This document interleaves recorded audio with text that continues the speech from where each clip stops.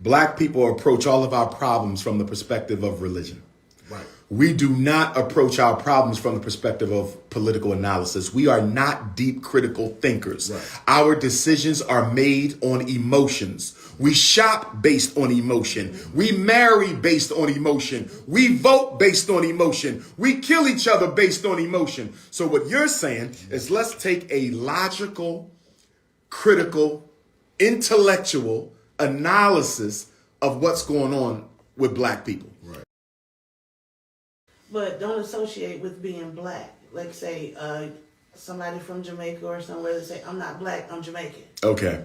Great question. Well, first of all, you got a lot of American Africans who don't associate with being black. Mm-hmm. So let's be clear about that. Supreme Court Justice Clarence Thomas, straight up a descendant of enslaved Africans, you understand? Yeah. And don't associate with being black. You know what I mean? You look at all the black celebrities who marry white girls, you know, they don't associate. So this whole notion of not association with black people is not limited to African immigrants, as some people would posit the narrative. We have just as many American Africans who are as guilty of the same thing. For me, coming from a Pan-Africanist perspective, it is a problem within the race. It is not a problem of any particular branch of the African family. In other words, I see the same thing in the Caribbean, where you have African people who don't want to be bothered with African people. I see it in the UK. We have African people who don't want to be bothered with African people. I see it in Africa. I see it in South America. That is a problem of the race. Why do you think that is? Self-hatred. Nobody wants to be associated with anything they consider to be an object of ridicule. Black people will always be scorned by everybody, even our own people, until we make ourselves an object of respect. And we cannot make ourselves an object of respect by begging white people to solve our problems. White people are never going to solve black people's problems, but they will keep you believing that they will, i.e. the Democratic Party, i.e. the President of the United States, i.e. the Congressional Black Caucus. Hope is a very, very powerful weapon against oppressed people, because oppressed people tend to rely on external intervention more than other folks. And they tend to also be extremely religiously immature. So they're looking for God to help them before they help themselves. They're looking for the government to help them before they help themselves. So if I want to control black people, all I have to do is make them think help is coming. Never deliver the hope. In every election, you're promised that if you just hang in there with us, 4 more years, things will get better. Well, guess what? Average black person life expectancy is probably around the mid 70s, early 80s. You divide that by 4 years of every president, whether you live through maybe 25 presidential elections. So all they have to do is feed you false hope for 25 presidential elections. And the next thing you know, you in the grave. And that's one of the strategies of white supremacy to keep black people from solving their own problems is by making you think hope change is coming if you just keep hope alive. As Jesse said, keep hope alive. And speaking of Jesse, speaking of Jesse Jackson's 1984 and 1988 presidential campaigns, in retrospect, when I studied Jesse Jackson's, who was the first quote unquote serious black candidate for presidency of the United States, right? Now that I look at it in hindsight, I believe the Democratic Party put Jesse Jackson up to running for president.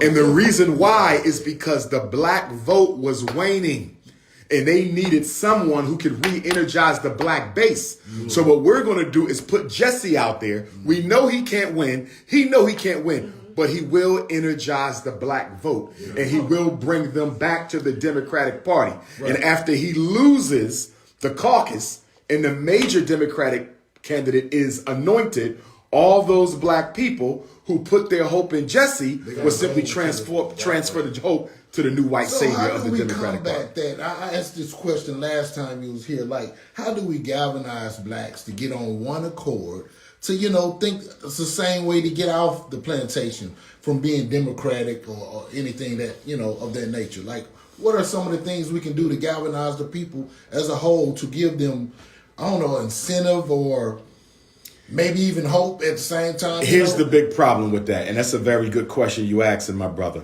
You got a couple issues. Number one, black people approach all of our problems from the perspective of religion. we do not approach our problems from the perspective of political analysis. We are not deep critical thinkers. Right. Our decisions are made on emotions. We shop based on emotion. We marry based on emotion. We vote based on emotion. We kill each other based on emotion. So what you're saying is let's take a logical, critical, intellectual analysis of what's going on with black people. Right. Deep thought and analysis is what we need. Black people don't solve their problems like that. We have been brainwashed by black religion to use our imaginations and our emotions. And that's exactly what the power structure uses to keep us hooked into their agenda. That's the problem. Black people don't want to think. We want to feel good. And anything that makes us feel good will get our loyalty. So what we have to do is we have to separate out black people who are ready to think from black people who are only interested in feeling better. How do you move all of that I around? think it's the generation.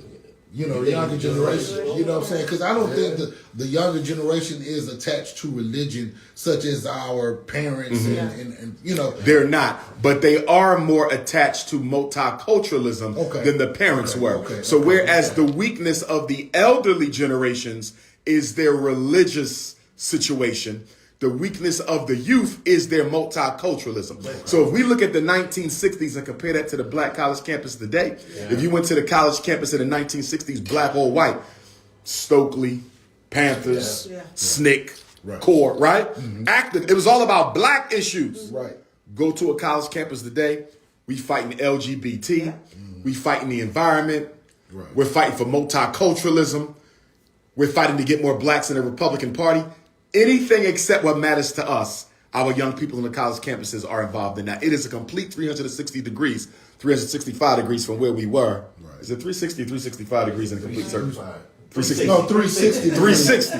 It's a complete 360 degree turn from where we was back in the 1960s. They have multiculturalized our young people, and our young people are also more materialistic. That's another weakness. So the strengths of the elders are the weaknesses of the youth, and the strength of the youth are the weaknesses of the elder. So the youth are very much more about X's and O's, measurable gain. But they're also more selfish, and they're also more multicultural. But where's the sweet spot in that? I think the sweet spot is with us. Okay. You're talking about our generation. Yeah. With the sweet spot. Yeah. But the problem with our generation, we suffer from both sides. We got the materialism, the multiculturalism, and the religious feel-goodism. Exactly. And not to go back to the Dion situation, but to see that many black men say he did nothing wrong and it wasn't his job to transform the HBCU into a paragon of athletics so that the HBCU can benefit from all the money that PWIs benefit from. That hurt me. Very few black men saw the irresponsibility in what Deion Sanders did, which tells me most black men have no problem at all doing nothing to improve the greater good of black society. And that's a shame, because part of being a man, the masculine principle, is about building and protecting. And you have so many, even with our women, you hear black men say, listen, I don't date black women, I don't want a black woman. Then that means you have no loyalty to the black community. And I'm seeing more and more black men have less and less loyalty to the black community, irrespective of whatever form that takes. Whether it's marrying a black woman, whether it's helping build a black system, as in the case of Deion Sanders, a lot of black men could care less. Do you think there's a plan to strip black masculinity? Oh, absolutely. I think you see it even lately with what happened with Jonathan Majors, with the Snow Bunny situation. And these black celebrities still running around with these white girls is just insane to me.